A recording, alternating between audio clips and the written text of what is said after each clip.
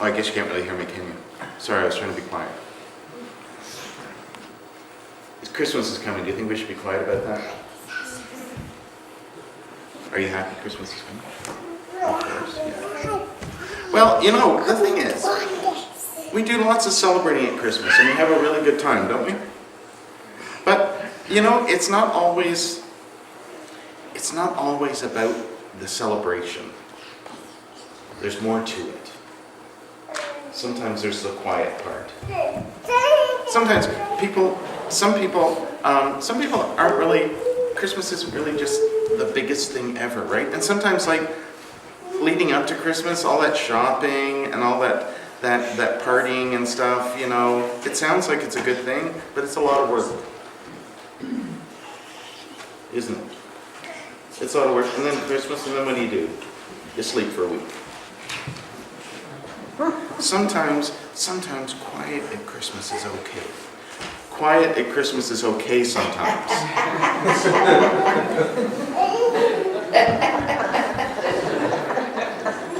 Let the record show Robin was looking at Lori. So I have a story. I want to tell you a story. Well, it's not really a story. It is kind of a story, but it's not really a story. It's called the Christmas Quiet Book. And I wanted to share this with you because it reminds us of all of the things that sometimes bring us quiet at Christmas. Really good quiet. Right? So, Christmas is a quiet time, it says. Mysterious bundles quiet. Now, I don't know about you, but if I found a bundle of bear cubs in my bed, that would probably not be too quiet. But they seem to be sleeping, so I guess that's good, right? Okay. Searching for presents quiet. Not that anyone does that, right? Because, you know, when your parents hide your presents and stuff, you don't go looking for them, do you? No. Getting caught quiet. Yeah. I think a few of us know that one, don't we? Hoping for a snow day quiet. Or bundled up quiet. Look at this guy. He's got like 5 coats on or something. Okay. Snow angel quiet. Have you made any snow angels this year? You lie down in the snow and yeah. Or knocking with mittens quiet. You ever tried knocking on the door with your mittens on? Cocoa quiet. Everyone likes hot chocolate, right? Yeah. Nutcracker quiet. Do you know what the Nutcracker is? Yes. Yeah. Have you ever seen it? It's really cool. It's a Christmas ballet thing with all of these characters and everything. It's awesome. Too tall tree quiet. Can't reach the tree. Or shattered ornament quiet. Have you ever dropped a Christmas tree ornament and it goes crash and then suddenly it's very quiet indeed? When we discover it's an heirloom from Grandma. You know what I'm saying? Star on top quiet. He's having a little trouble putting the star on top of the tree there. I think. Alright. Lights on quiet. Remember the very first time you put the lights on in the tree and you look at it and you go, ooh, that's awesome. Blown fuse quiet. Yeah, when you blow a fuse and suddenly all the lights go out and it's suddenly dark. Well, it's suddenly quiet until somebody starts saying something about how the fuse got blown. Anyway, okay. Gingerbread quiet. I'm not sure how quiet that is when you're crunching gingerbread. Right? Because you make the gingerbread house and then you have to eat it, right? Don't you? I think it's a rule. Gliding quiet. Skaters. Right? Just like really nice, smooth skate. Or, this is my favorite, someone's dad is a costume designer quiet. When you got a really funky Christmas costume, and you look at it and you kind of go, oh dear. Tree just like my sister was. Your sister was a tree. Elise, were you a tree like that? Does that look like you? Yeah? Did your dad make it? No, Mom. No? Oh, okay, so it was a good one. Okay, so, forgotten line quiet. You know, when you're in the Christmas play and you just suddenly don't remember your line, but then helpful whisper quiet. somebody helps you and reminds you how it goes, right? Or how about mistletoe quiet? This one's kind of cool. I don't know if you can see this, but that's a porcupine with the mistletoe.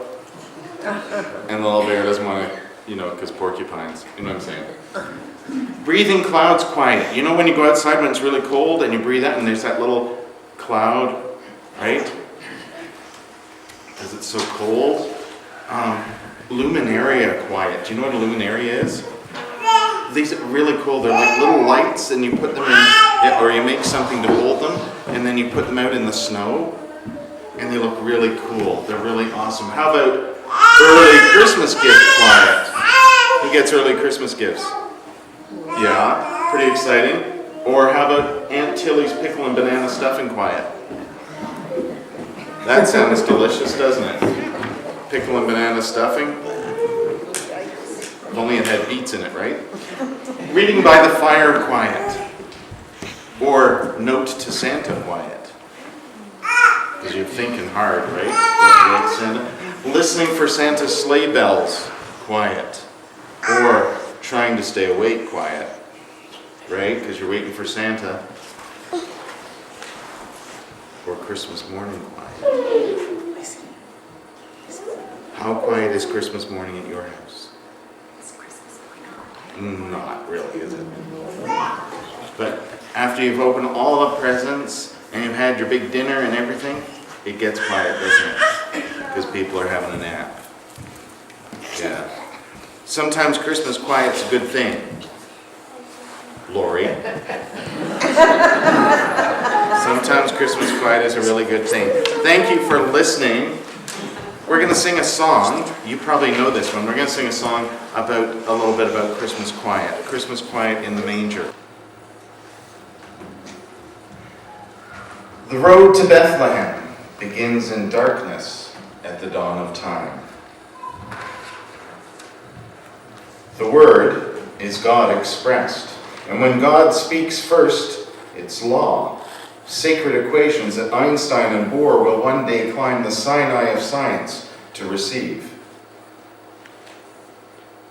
When God speaks next, it is pure energy, the birth of stuff, a blowout in the factory of quarks and Higgses and who knows who else as bosons, a mess of mass spun into suns and planets, and at last, deoxyribonucleic acid, the lovely Lego bricks of life. It's all good, in a too hot to touch, tumultuous kind of way. But what God really means by it is love. For that's what God is made of. And nothing is loved at speed. On the 4.8 thousand billionth day of creation, give or take, something emerges that can look up to the skies it came from and ask not only how, but why. This is lovable, God knows, but it is troubled and will one day die. Space-time was born for entropy, a context for compassion, the first act of this great narrative of transformation. And so God makes an entrance, having known always that love would be embodied, as beneath indifferent stars, a pregnant girl sets out along the road to Bethlehem.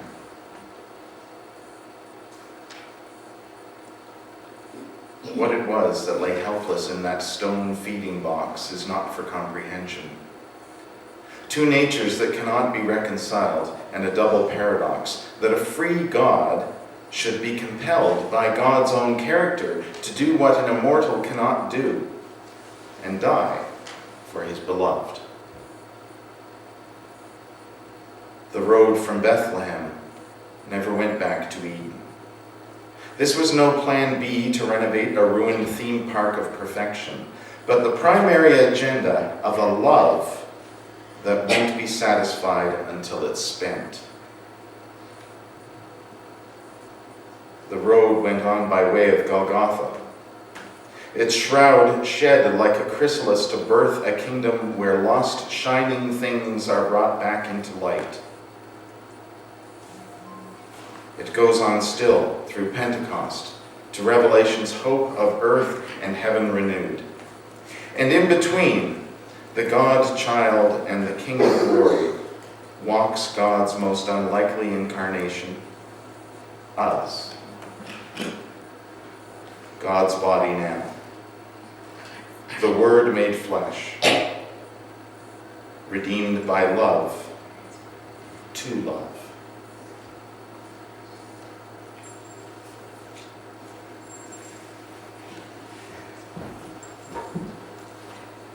One of my favorite things to do, I know this is really strange, but one of my favorite things to do at Christmas is to remind people that Joy to the World isn't a Christmas carol.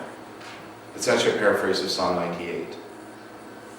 But the point is that it's not a carol just for Christmas, nor should we ever know it just one way. And so here is a new way of knowing Joy to the World. It's the words you know, but it's a tune by a band named Folk Angel.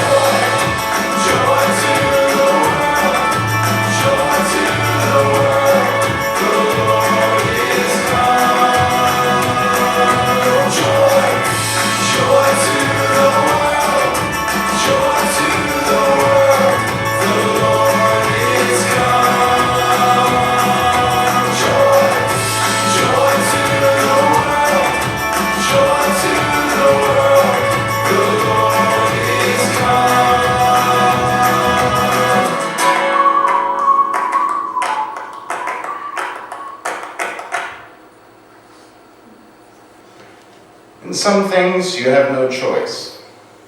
You just have to do them whether you want to or not, regardless of whether you see much purpose in them. It isn't until afterward that you may wonder about them and about why things happen just that way to you. Off in Rome, Caesar Augustus decided on a census, and we had to comply, so it began. It may have seemed a little thing to him, but to us, it was a major disruption. There was a lot of talk, a lot of resentment, but no one could do anything about it. Everybody had to go to the place of their ancestors to be counted. We went to Bethlehem, Amos and I and our children, because that's where his family was from. The thing I couldn't figure out was why we had to be counted. Some said it was for taxes. But since we had nothing anyway, such a long, hard trip seemed doubly ridiculous to us. But we had to go, so we went. And little Deborah was sick all the way. Burning hot she was. It's hard enough taking care of a family at home. Traveling, it's impossible. But you do what you have to do. As it turned out, in the afternoon, we finally got to a place where the Roman legionnaires were asking people the official questions and writing down the answers on long scrolls. I was the 9th woman. I don't know why I remember that. The soldier asking questions called out for another to write down. Amos of Gadara, the 14th man on this day, with 4 male children, 3 female, and his wife, the 9th woman. And all the while they were joking among themselves, paying little attention to us, really. It was hard and bare, a number like that. So simple and matter-of-fact and distant somehow. I remember shivering. And I remember my feet hurting and Deborah being so hot. The 9th woman. Afterward, when the man said that was all and we could go, there was no place we could stay. Those who could afford it stayed in the inn. Some had family in Bethlehem who could put them up.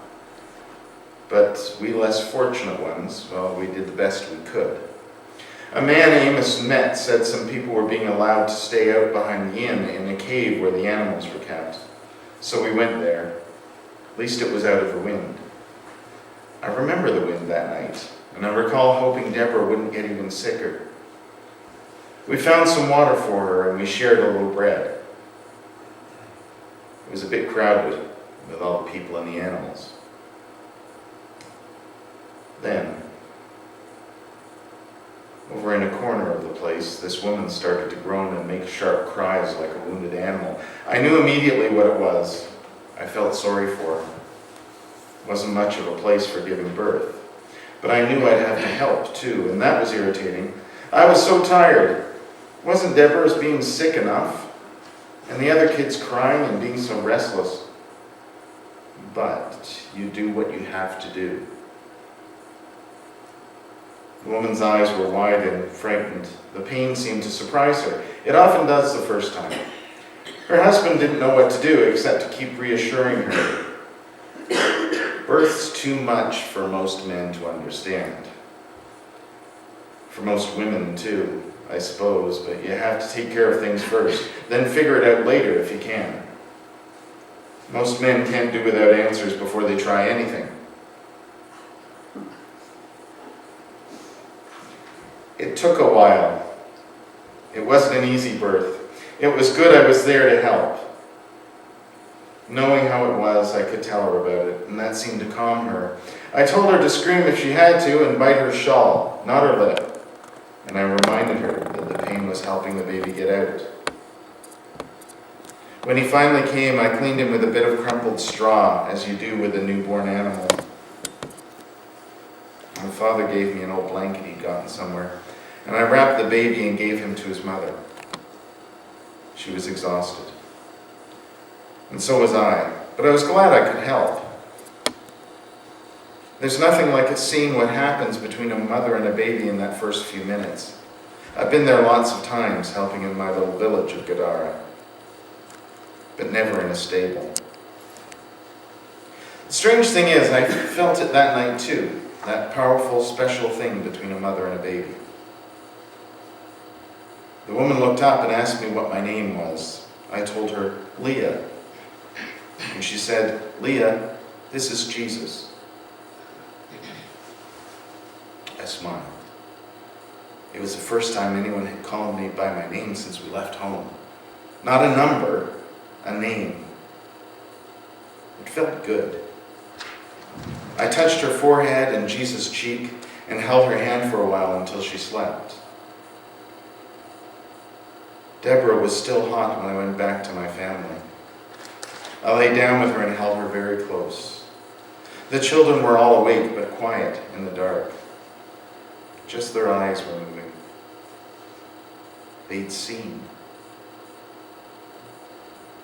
It was like they were struggling with a secret and didn't know how to ask or tell it. And I didn't know how to tell them either.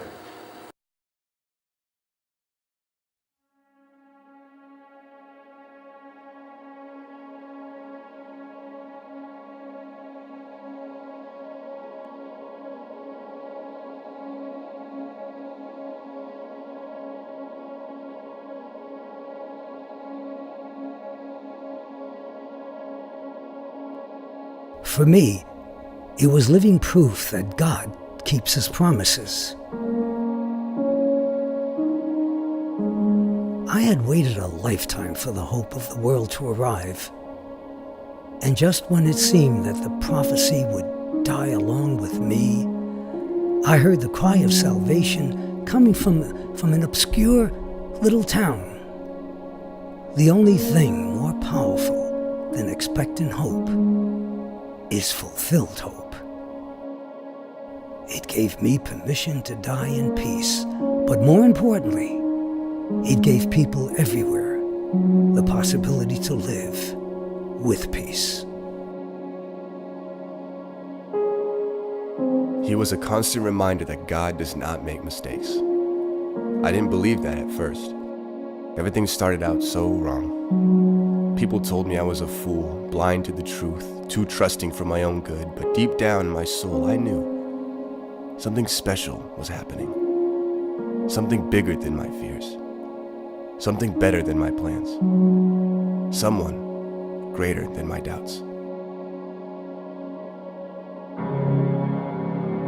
He was a threat to my throne. My kingdom had been built by my own hands. And now there was a claim that a child had been born who would be known as the King of Kings. Not if I had anything to say about it. So I went after him. There was no way I would bend my knee to another, a child at that. If he wanted my throne, he would have to do what I did. He would have to take it. He served as the pathway to wisdom and knowledge. Some have called us wise men. Nothing could be farther from the truth. The king used us like puppets to carry out his devious plans. Yet in the midst of our blindness, God gave us a beacon of light, a heavenly compass that pointed us towards an incomparable gift containing the depths of God's riches. To think that we brought him gifts seems so laughable now. He was the gift to us. He was the reassurance that God could still use anyone. As an innkeeper, I had welcomed many weary travelers before, but none as tired as that young couple. With no room to offer, I was ready to send them on their way when I noticed the woman was close to giving birth. I offered them the only place I had, a manger. It seemed like such a trivial act at the time, but I soon realized that I had played a part in something much bigger than myself. God had chosen me too.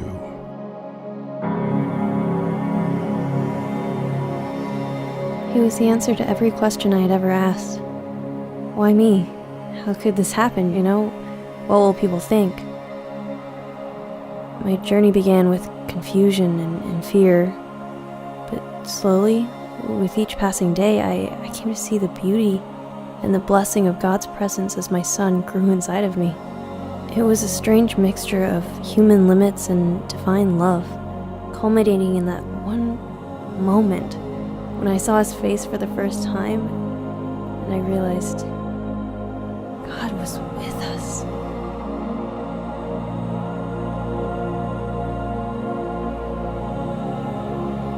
It was the good news we never knew existed. Every day was the same day for us. When you guard sheep for a living, any distraction is welcome. But that night was more than we could have ever hoped for. The silence gave way to the sacred. The simple gave way to the supernatural. The bleating of sheep gave way to the crying of a child.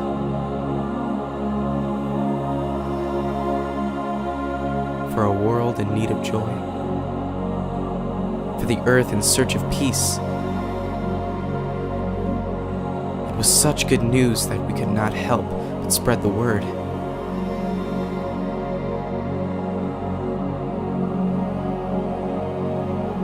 A Savior had been born.